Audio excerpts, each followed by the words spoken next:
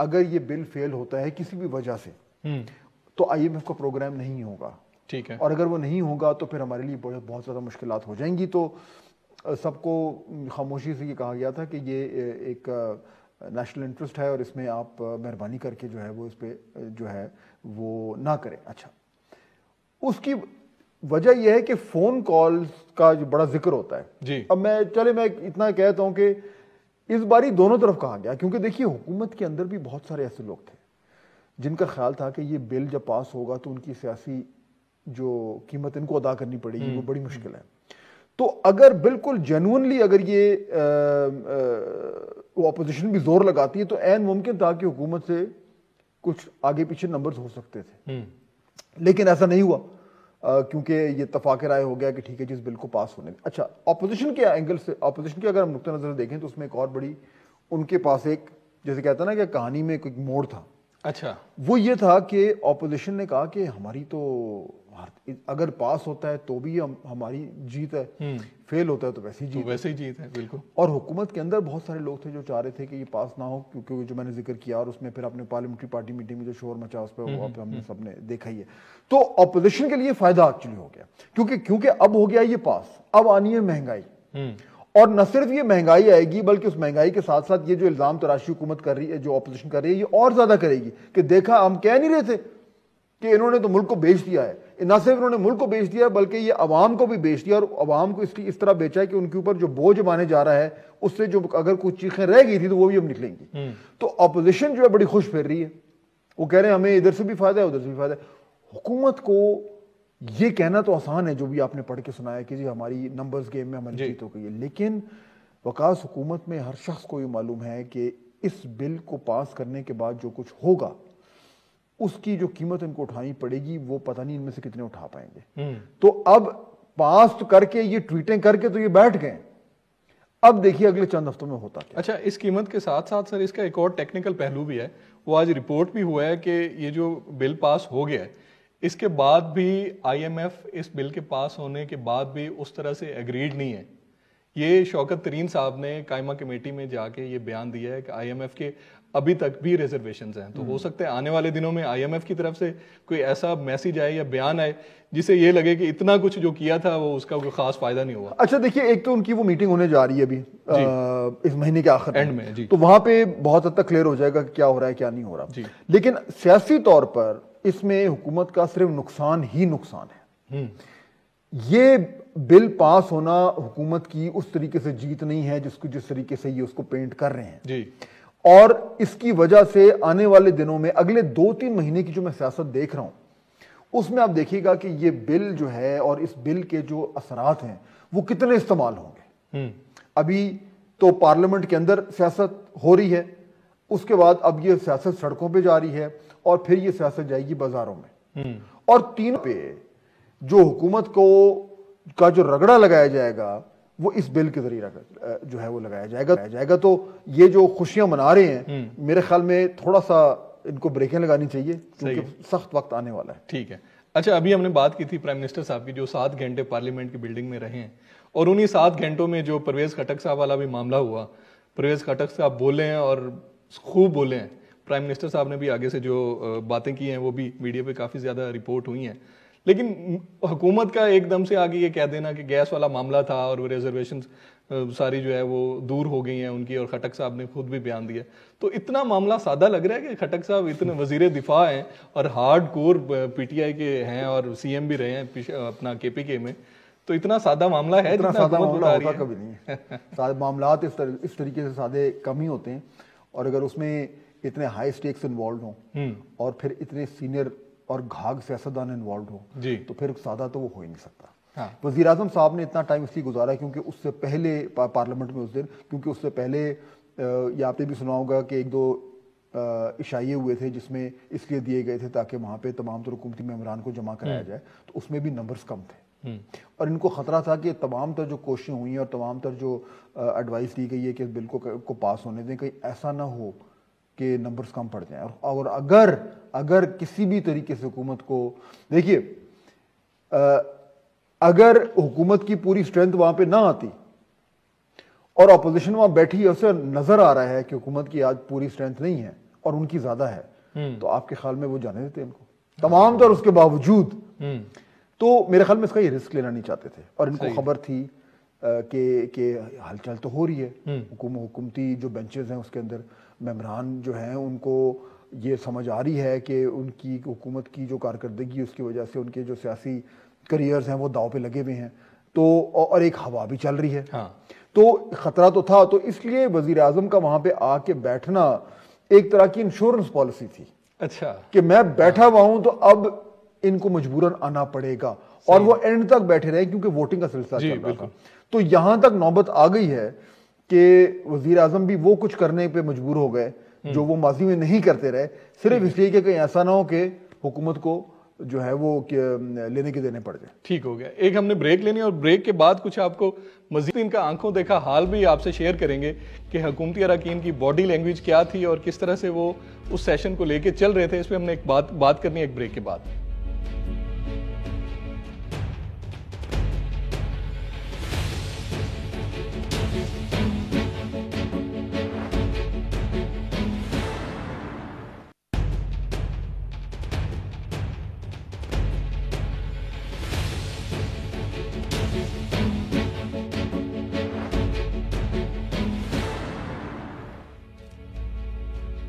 Welcome back ناظرین.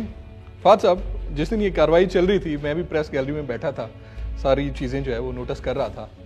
تو prime minister صاحب جب تک نہیں آئے تھے حکومتی بینچ خاص طور پہ جو پچھلی روز تھی وہ خالی تھیں.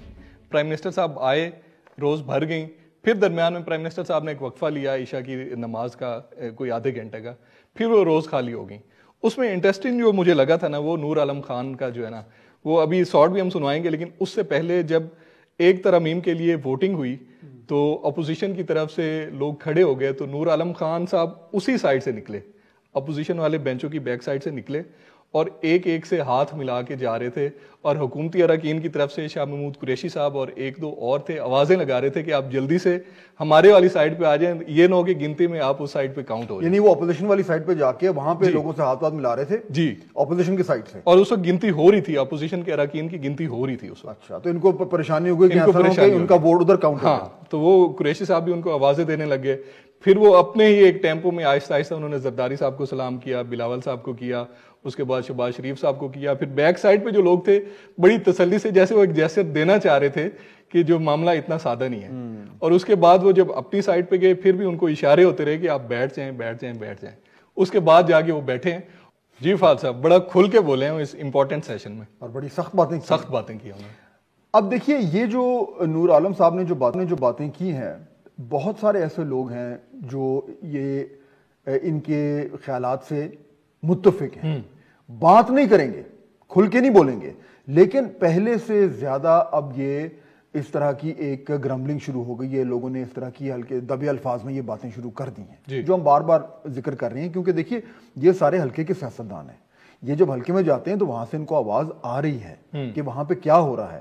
پہلے تو ہم کہتے تھے کہ یہ پنجاب کا ایشو ہے اور پنجاب میں یہ پرابلم ہو رہا ہے. اب جو کے پی کے جو لوکل باڈی ریزلٹس آئے ہیں اس سے تو یہ اب معلوم ہوا کہ یہ تو کے پی میں بھی یہی مسئلہ ہے اور یہی ہلکے میں تنظیمی ایشو نہیں تھا، یہ کوئی اور ایشو، یہ اور بہت سارے ایشوز ہیں اور اب ہمیں یہ نظر آ رہے ہیں. تو ظاہر بات ہے یہ وہ جو جس ٹرینڈ کی ہم بات کر رہے ہیں کہ حکومت کے لیے مشکلات جو ہیں ان میں اضافہ ہو رہا ہے، یہ جو باتیں ہیں یہ اس میں فیڈ کرتی ہیں. اچھا، اب آپ نے ذکر کیا پرویز خٹک صاحب کا. جی دیکھیے وہ میرے خیال میں وہ بہت ہی ایک اہم ایپیسوڈ ہوا ہے اور اس کو ظاہر بات ہے حکومت بھی کہے گی جی نہیں کچھ نہیں ہوا. آج میرے خیال ہے حماد اظہر صاحب نے بھی کہیں بات کی ہے، اس سے پہلے جو دیگر ترجمان ہیں وہ بھی کہہ چکے ہیں کہ تو آپس میں جمہوریت کا یہ حسن ہے اور یہ وہ سارا کچھ انہوں نے بات کی.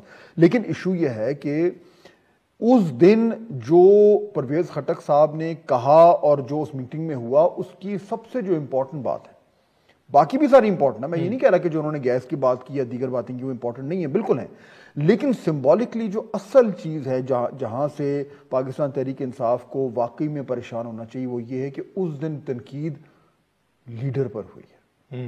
اس سے پہلے تنقید ایک دوسرے پہ ہوتی تھی ہمیشہ.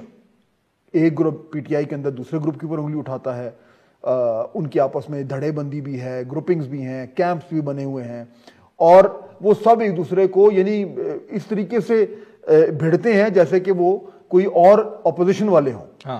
لیکن اس ساری گروہ بندی میں کبھی بھی جو لیڈر ہے اس پہ انگلی نہیں اٹھی, اور لیڈر سامنے بیٹھا ہے, وہ سامنے بیٹھے, کبھی بھی ایسا نہیں ہوا. میں آپ کو بتاؤں, نجی محفلوں میں ہماری بڑی ملاقاتیں ہوتی ہیں, نجی محفلوں میں بھی جب یہ بیٹھے ہوتے ہیں تو عمران خان صاحب پہ کوئی تنقید نہیں کرتا, کوئی نہیں کرتا. سو یہ جو پرویز خٹک صاحب نے اس دن بات کی اور عمران خان صاحب کو پھر رسپونڈ کرنا پڑا, میرے خیال میں یہ کچھ حد تک اس چیز کی عکاسی کر رہا ہے جو ہم بات کر رہے ہیں کہ پارٹی کے اندر جو ایک ناراضگی ہے, ایک پریشانی ہے, وہ آہستہ آہستہ ابھل کر اوپر آ رہی ہے. اور پرویز خٹک صاحب نے جو کہا اس دن وہ اس کی عکاسی کر رہا تھا. یہ بڑا ڈینجرس ٹرینڈ ہے. مطلب اب کچھ اراکین جو خاموش ہیں اور ناراض بھی ہیں اور بول بھی نہیں رہے, تو پرویز خٹک صاحب کا یہ جیسر لگ رہا ہے کہ ان کے لیے ایک تازہ ہوا کا جھونکا ہو سکتا ہے. دیکھیے آپ صحیح کہہ رہے ہیں آپ. دیکھیے جو پہلے پاکستان تحریک انصاف میں کہ جماعت میں ایک براڈ انڈرسٹینڈنگ تھی کہ اگر کسی نے اس پارٹی کے اندر رہتے ہوئے یا اس پارٹی کا ٹکٹ لے کر اپنی سیاست کرنی ہے تو وہ ان کے پاس عمران خان کے علاوہ کوئی چوائس نہیں ہے. یہ پکی بات ہے. اور آپ نے نوٹ کیا ہوگا کہ اس دن فیصل جاوید, سینیٹر فیصل جاوید کی ایک ٹویٹ بھی آئی تھی کہ عمران خان تحریک انصاف ہے اور تحریک انصاف عمران خان ہے. یہ انہوں نے ٹویٹ بھی بالکل کی تھی انہوں نے. یہ بات درست ہے. لیکن اگر پرویز خٹک جیسا شخص جو کہ گھاگ سیاستدان ہے, جو حلقے کا سیاستدان ہے, جو 4-5 سال جو ہے وہ ایک صوبے کا وزیر اعلیٰ رہا ہے اور اس صوبے نے ان کی جماعت کو ایک اور 5 سالہ مینڈیٹ دیا ہے, اگر وہ کھڑے ہو کر اور اپنے لیڈر پہ انگلی اٹھا رہا ہے یا ان پہ تنقید کر رہا ہے تو اس کا مطلب ہے, اور میں اب یہ مطلب اخذ کر رہا ہوں کہ ان جیسے لوگ یہ سوچ رہے ہیں کہ عمران خان پر تنقید کر کے بھی ان کے پاس سیاسی آپشنز رہیں گے. اس کا کیا مطلب ہے؟ یہ ہے وہ خطرناک چیز جس کا میں ذکر کر رہا ہوں, جس کا میں بار بار نشاندہی کر رہا ہوں کہ یہ پہلی بار ہوا ہے اور یہ بڑی معنی خیز ہے. ٹھیک ہے. اچھا, یہ سارا جو سچویشن ڈیولپ ہو رہی ہے, یہ جو ابال آ رہا ہے, اس کے پیچھے پرفارمنس ہے, کچھ اور معاملات ہیں کہ نیوٹرل ہونے کی باتیں بھی ہیں, کیا چیزیں ایسی چل رہی ہیں جس کی وجہ سے یہ رویہ اب دیکھنے میں سامنے دیکھیے ایک دم ہوا یہ ہے کہ مشکلات جو ہیں وہ طوفان آیا, ایک طوفان اس طریقے سے آیا ہے مشکلات کا کہ لگتا یوں ہے کہ جماعت کے پیر اکھڑ گئے ایک دم. ہلکی ہلکی ہوا چل رہی ہو تو آپ برداشت کر لیتے ہیں, لیکن جب جھکڑ آتا ہے تو پھر تو درخت بھی اکھڑ جاتے ہیں. صحیح ہے. یہ جو جھکڑ آیا ہے پچھلے چند مہینے میں یہ آپ کو نظر آ رہا ہے اور وہ آئی جا رہا ہے, اور جس طریقے سے مشکلات میں اضافہ ہوتا جا رہا ہے اتنا پاکستان تحریک انصاف کے پاس کیپیسٹی جو ہے وہ کم ہوتی جا رہی ہے اس کا مقابلہ کرنے کی. اب آنے والے دنوں میں دیکھیں کیا ہونے جا رہا ہے. ابھی کے پی کے سیکنڈ راؤنڈ آنا ہے جی. اگر پہلے راؤنڈ کی طرح اس میں گڑبڑ ہوئی یا شکست ہوئی تو آپ سوچیں کہ اس کی کتنا بڑا امپیکٹ ہوگا. پنجاب میں الیکشن ہونے جا رہے ہیں, پنجاب میں جو کچھ ابھی ہمیں نظر آ رہا ہے وہ کوئی ڈھکی چھپی بات تو ہے نہیں. وہاں پہ تو یعنی کسی نے کبھی سوچا بھی نہیں تھا کہ کے پی میں ان کا یہ حال ہوگا. پنجاب میں تو سب کو نظر آ رہا ہے کہ پاکستان تحریک انصاف کے حالات بہت ہی جو ہیں وہ خراب ہیں.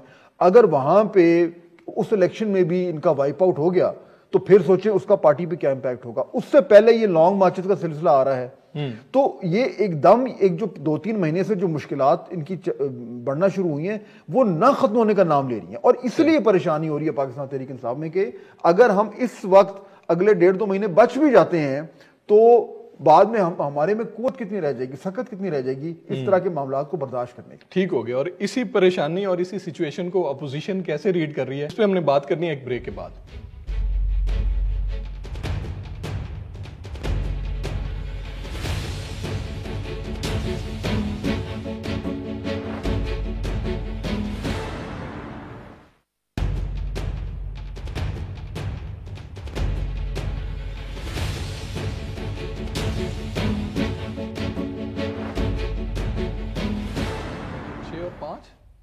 ویلکم بیک ناظرین. فہد صاحب, اس ساری سچویشن میں اپوزیشن جماعتیں وہ کیا سوچ رہی ہیں, کیونکہ پہلے جب نمبر گیم کی بات ہوتی تھی تو اس میں تو بڑے گیپ کے ساتھ ان کو شکست ہوئی ہے, اب وہ کیا ٹیبل پہ کیا لے کے بیٹھے ہیں, کس طرح سے اپنی موومنٹ کو آگے لے کے جائیں گے تاکہ حکومت کو ٹف ٹائم دے سکیں؟ اچھا, اس میں 2-3 بڑی امپورٹنٹ چیزیں ہیں جو میرے خیال ہے ڈسکشن کر لیتے ہیں, کیونکہ آپ نے اپوزیشن کی بات چھیڑ ہی لی ہے. دیکھیے کئی ہفتوں سے بات یہ چل رہی ہے کہ جی نون لیگ جو ہے اس کا کچھ دال اس کی کچھ گل رہی ہے, اس کی سیاست میں کچھ تبدیلی آ رہی ہے, وہ چاہ رہے ہیں کہ اسٹیبلشمنٹ کے ساتھ انگیجمنٹ کی جائے اور کوئی نہ کوئی طریقہ بن جائے. ان کا مطالبہ یہ ہے کہ جی الیکشن ہو جائے اور فری اینڈ فیئر الیکشن ہوں گے تو ان کے خیال میں وہ بڑے آرام سے جیت جائیں گے, اور ان کا خیال شاید اتنا غلط بھی نہیں کیونکہ پنجاب میں تو ان کی صورتحال بہت اچھی ہے. لیکن ان کا مسئلہ چل رہا تھا 2 بیانیوں کا. بالکل چل رہا تھا, کافی عرصے ہم نے بھی ڈسکس کیا, سب نے کیا ہے, ہم نے بھی کیا ہے, اور نون لیگ والے خود بھی سر پکڑ کے بیٹھے ہوتے. کئی آپ کو یاد ہوگا کئی لوگوں نے تو اوپنلی, خواجہ آصف نے 1-2 تقاریر میں اوپنلی کہا کہ ہمیں مسئلہ ہمارے گھر کے اندر ہے, جو لڑائیاں ہیں وغیرہ. اچھا, وہ سارا کچھ ہونے کے بعد اب جو اندر کی خبر ہے وہ یہ ہے کہ بالآخر پی ایم ایل این کے اندر مور اور لیس یہ ایک انڈرسٹینڈنگ ہو گئی ہے یا ہونے کے قریب ہے کہ اب ان کے امیدوار وزیر اعظم کے لیے شہباز شریف صاحب ہی ہوں گے. اچھا, یہ خبر اندر کی بتا رہے ہیں, یہ خبر ہے. یہ اور خبر اس طریقے سے ہے کہ ابھی باقاعدہ نہیں ہوا, لیکن میری کافی لوگوں سے اس حوالے سے بات ہوئی ہے اور تقریباً تمام لوگوں نے یہ کہا ہے کہ جی پارٹی کے اندر سے یہ ایک مطالبہ ایک طریقے کا نکلا ہے کہ دیکھیے اگر تو ایک وقت آ رہا ہے کہ ہمارا شاید واپسی کا چانس بنے, الیکشن جلدی ہو جائیں یا جب بھی ہوں, نہیں بھی اگر ہوتے, لیکن اگر ہم نے واپس آنا ہے تو ہم نے آ کے اور کس طرح کی حکمرانی کرنی ہے. اچھا, تو اس میں تقریباً اتفاق رائے یہ ہے کہ ہمارے پاس اگر کوئی ایک شخص ہے جو آ کر اور اب ڈیلیور کر سکتا ہے ان مشکلات میں تو وہ صرف شہباز شریف ہے. اچھا, اور دوسرا اس کا جو اس کی جو منطق ہے وہ یہ ہے کہ کیونکہ اب نون لیگ اگر واپسی ہوتی ہے تو انہوں نے تمام لوگوں کو ساتھ لے کے چلنا ہے, تمام اداروں کے ساتھ جو ہے وہ ایک ورکنگ ریلیشن شپ رکھنا ہے, مفاہمت کا بیانیہ آگے لے کے مفاہمت کا بیانیہ جو ہے یا ایک پازیٹیو انگیجمنٹ کا بیانیہ جو ہے اس کو سامنے رکھنا ہے. تو وہ بھی ظاہر بات ہے کہ شہباز شریف صاحب جو ہیں وہ اس پہ پورا اترتے ہیں. ٹھیک ہے, اور خاص طور پر یہ کہ وہ ایک ایسے شخص ہیں, ایک تو دیکھیے ویسے وہ لیڈر آف دی اپوزیشن ہے اور وہ پارٹی کے صدر بھی ہیں جی, تو وہ تو نیچرلی اس طریقے سے ان کا بنتا بھی ہے. لیکن اس سے زیادہ شاید امپورٹنٹ بات یہ ہے کہ ان کے پاس جو ایک ان کا جو تقریباً دیکھیں کتنے 3 دہائیوں کا تو ان کے پاس تجربہ ہے. 10 سال وہ پاکستان کے سب سے بڑے صوبے کے وزیر اعلیٰ رہے ہیں, اور وہ صوبہ اتنا بڑا ہے کہ اگر وہ ایک ملک ہوتا تو وہ یعنی پہلے 10-12 جو دنیا کے ممالک ہیں آبادی کے لحاظ سے ان میں ایک اتنا بڑا وہ صوبہ ہے, اس کو 10 سال چلایا ہے اور ڈیلیور کیا ہے. وہ بیوروکریسی کو سمجھتے ہیں, جو بار بار یہ پاکستان تحریک انصافی گورنمنٹ کو جو بار بار ابھی بھی روتے ہیں کہ جی بیوروکریسی ہمارے سے کام نہیں کر رہی, وہ اس نظام کو سمجھتے ہیں, وہ اس کے تمام جو پاکستان میں جس طریقے سے پالیٹکس ہوتی ہے اور اس کی جوڑ توڑ ہوتی ہے اس کو سمجھتے ہیں. وہ کئی دہائیوں سے اسٹیبلشمنٹ کے ساتھ جو ہے وہ ان کا انگیجمنٹ رہا ہے, وہ ان کو سمجھتے ہیں. تو پی ایم ایل این اس وقت یہ سمجھتی ہے کہ ہماری اگر واپسی ہونی ہے تو اس کو شہباز شریف صاحب نے لیڈ کرنا ہے. تو یہ ایک بہت بڑی ڈیولپمنٹ ہے. میں یہ پھر سے ریپیٹ کر دوں کہ یہ ابھی کو حتمی فیصلہ نہیں ہوا, یعنی باقاعدہ طور پر اعلان شاید ابھی تک ظاہر بات نہیں ہوا, لیکن اکثریت یہ کہہ رہی ہے کہ یہ ہونے جا رہا ہے. ٹھیک ہو گیا. اچھا, اس میں پھر جو دوسرا نیریٹو تھا اس کا کیا ہوگا کہ وہ اس میں ضم ہو جائے گا یا وہ خاموش ایک سائڈ پہ رہے گا؟ اور دیکھیے دوسرا نیریٹو الٹیمیٹلی دیکھیے ہم بھی بار بار ہی کہتے تھے کہ نیریٹو وہ ہوگا جو میاں نواز شریف کہیں گے. اور اس وقت اگر یہ جو بات میں آپ سے کر رہا ہوں کہ شہباز شریف صاحب کے حوالے سے ایک اتفاق رائے پیدا ہوتا جا رہا ہے جماعت میں, تو وہ اس کا بھی فیصلہ تو پھر میاں نواز شریف صاحب نہیں کرنا ہے. بالکل ایسے. اور اگر یہ ہو رہا ہے تو یہ بھی فیصلہ میاں نواز شریف کا ہے, جس کا مطلب یہ ہے کہ ان کے سیاسی دانش میں اس وقت شہباز شریف صاحب کو لانا اور ان کے بیانیے کو سامنے لانا جو ہے وہ ان کی جماعت کے لیے فائدہ مند ہے, اور اس سے ان کی اقتدار میں واپسی کی راہ جو ہے وہ آسان ہوگی اور کھلے گی. تو جو دوسرا مزاحمتی بیانیہ تھا, دیکھیے وہ بیانیہ ختم تو نہیں ہوا, کیونکہ اس بیانیے کو چلانے والے لوگ پارٹی میں موجود ہیں اور رہیں گے. لیکن اگر یہ ایسا ہوتا ہے کہ شہباز صاحب جو ہیں وہ ایک اوفیشلی جو ہے وہ امیدوار بن جاتے ہیں پرائم منسٹر کے لیے پی ایم ایل این کے, تو میرے خیال میں دوسرا بیانیہ جو ہے وہ فی الحال کے لیے اس کو نیچے کر دیا جائے گا اور خاموش کر دیا جائے گا. بوقت ضرورت ٹھیک ہے وہ پھر استعمال ہو سکتا ہے. ہاں اور یہ بات آپ کی درست ہے کہ اگر میاں نواز شریف صاحب نے ایک فیصلہ کر لیا ہے تو سارے بیانیے اسی فیصلے کے شیڈو کے نیچے آ جائیں گے. ہم نے ایک بریک لینی ہے, بریک کے بعد مزید بات کرتے ہیں.